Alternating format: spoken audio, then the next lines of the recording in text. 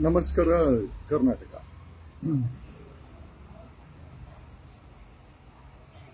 ಕರ್ನಾಟಕದಲ್ಲಿ ಬಡತನ, ನಿರುದ್ಯೋಗ,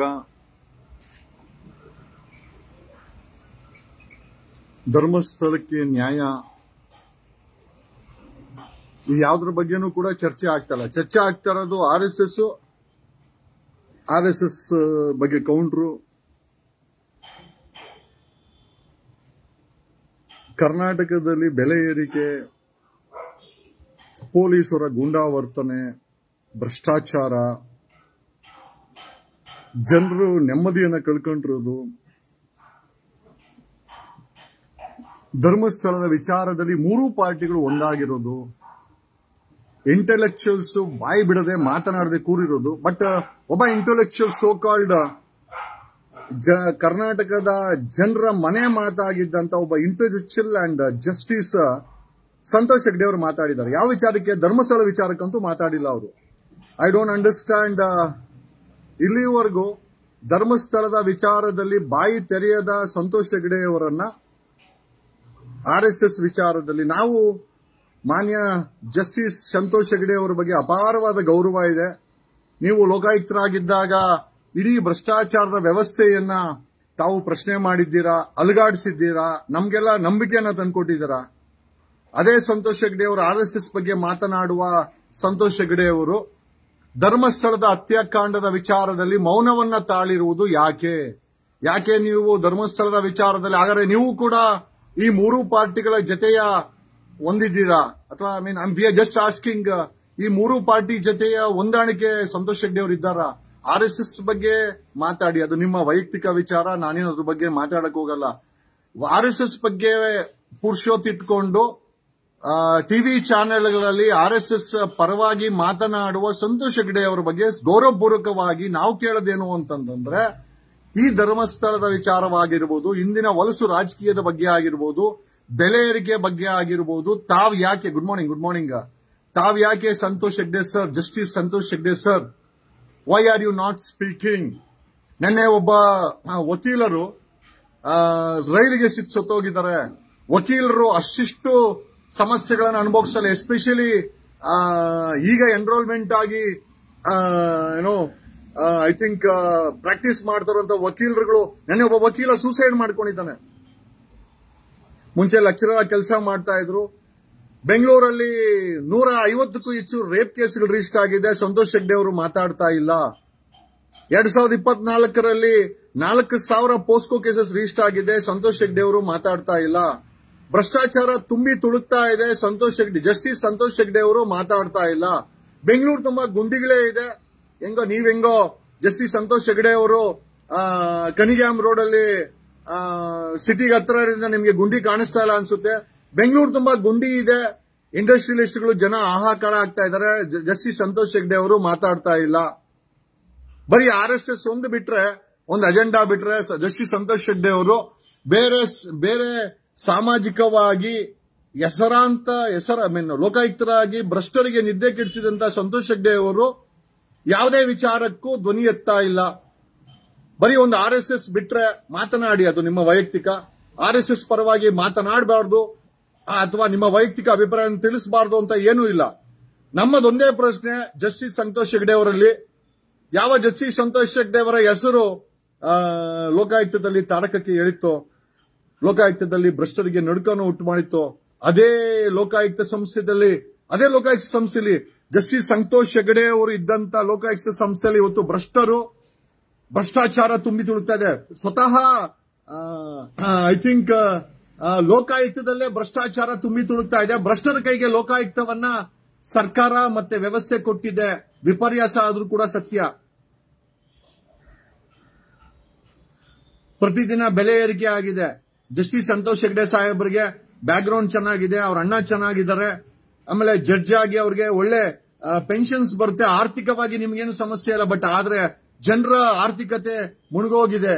ಭ್ರಷ್ಟಾಚಾರ ತುಂಬಿ ತುಳುಕ್ತಾ ಇದೆ. ಹೆಣ್ಣು ಮಕ್ಕಳ ಮೇಲೆ ಅತ್ಯಾಚಾರಗಳ ಸಾಲು ಪೊಲೀಸ್ ಅವರು ಮಾನ್ಯ ಜಸ್ಟಿಸ್ ಸಂತೋಷ್ ಹೆಗ್ಡೆ ಅವರೇ, ಪೊಲೀಸ್ ಇಲಾಖೆ ಬೀದಿಗೆ ಬಂದಿದೆ.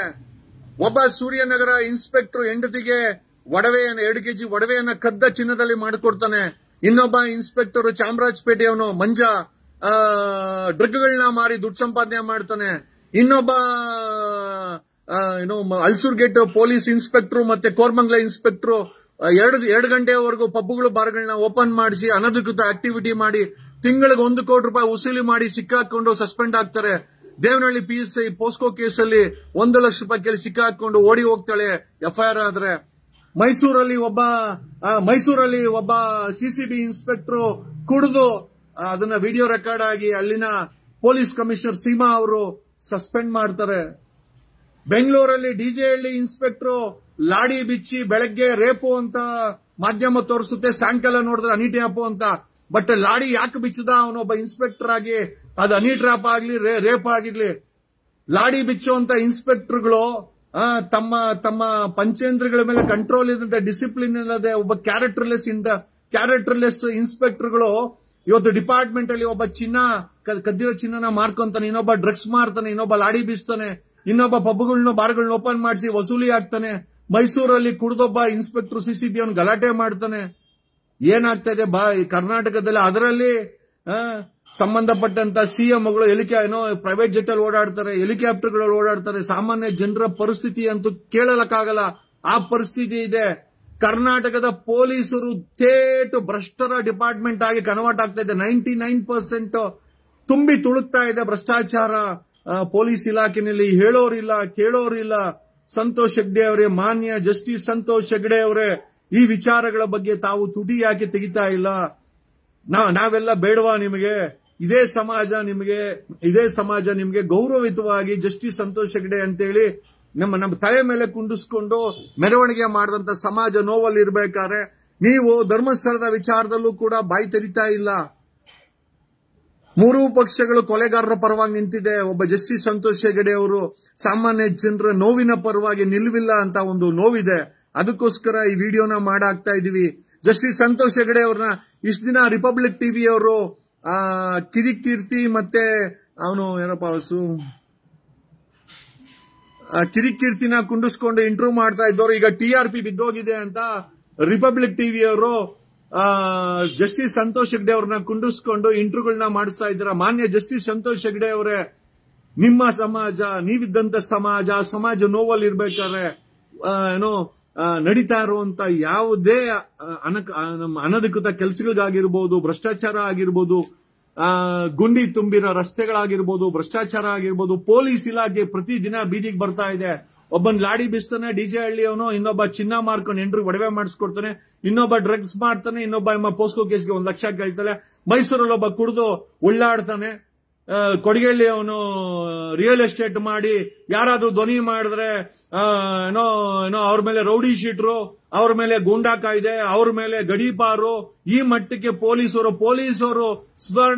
ಕಾನೂನನ್ನು ಸುಧಾರಣೆ ಮಾಡಬೇಕಾದ, ಸಮಾಜವನ್ನ ಸುಧಾರಣೆ ಮಾಡಬೇಕಾದಂತ ಪೊಲೀಸರು ಇವತ್ತು ರೌಡಿ ಶೀಟರ್ಗಳನ್ನ, ಗೂಂಡಾ ಕಾಯ್ದೆಗಳನ್ನ, ಗಡೀಪಾರುಗಳನ್ನ ತಮ್ಮ ಪೊಲಿಟಿಕಲ್ ತೀಟೆಗೆ ಬಳಸ್ತಾ ಇದ್ದಾರೆ.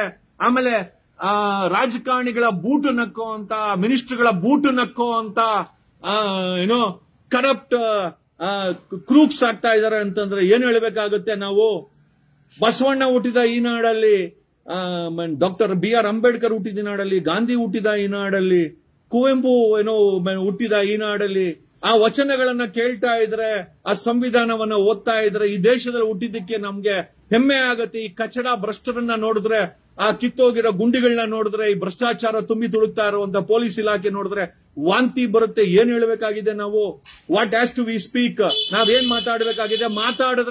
ಮಾತಾಡಿದ್ರೆ doctor DGP and IGP Salim ಅವರು 18 ಗೈಡ್ಲೈನ್ಸ್ ಅನ್ನ ಕೊಟ್ಟಿದ್ದಾರೆ. ಒಬ್ಬನಾದ್ರೂ ಫಾಲೋ ಮಾಡ್ತೀರಾ ನೀವು?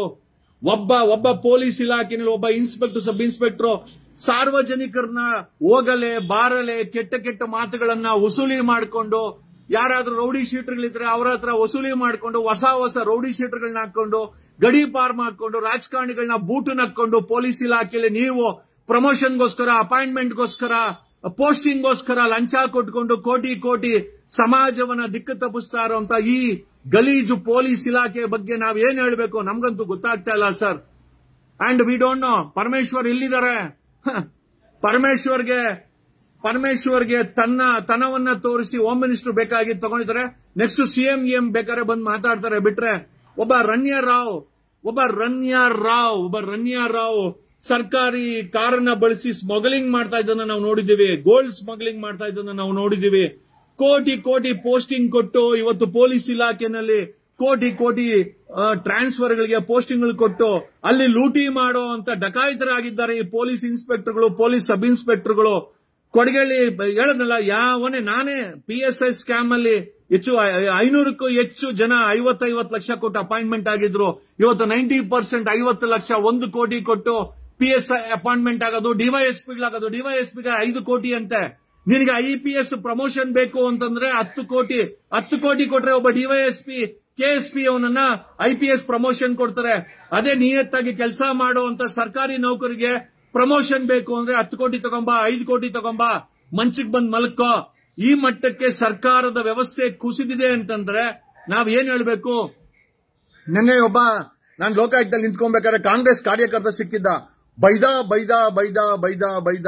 ಯಾರೋ DK ಶಿವಕುಮಾರ್ನ, ಮಿಸ್ಟರ್ DK ಶಿವಕುಮಾರ್ ಆಗಿರ್ಬೋದು, ಅಥವಾ ಕುಮಾರಸ್ವಾಮಿ ಆಗಿರ್ಬೋದು, ಅಥವಾ ಬಿಜೆಪಿಯ ವಿಜೇಂದ್ರನ್ ಟೀಮ್ ಆಗಿರ್ಬೋದು, 3 ಪಕ್ಷಗಳಲ್ಲಿ ಕಾರ್ಯಕರ್ತರಿಗೆ ನಿಯತ್ತಾಗಿ ದುಡಿಯುವಂತ ಕಾರ್ಯಕರ್ತರಿಗೆ ಯಾವುದೇ ಪೋಸ್ಟ್ಗಳು ಕೊಡಲ್ಲ, ಯಾವುದೇ ಜಾಗಗಳನ್ನ ಕೊಡಲ್ಲ.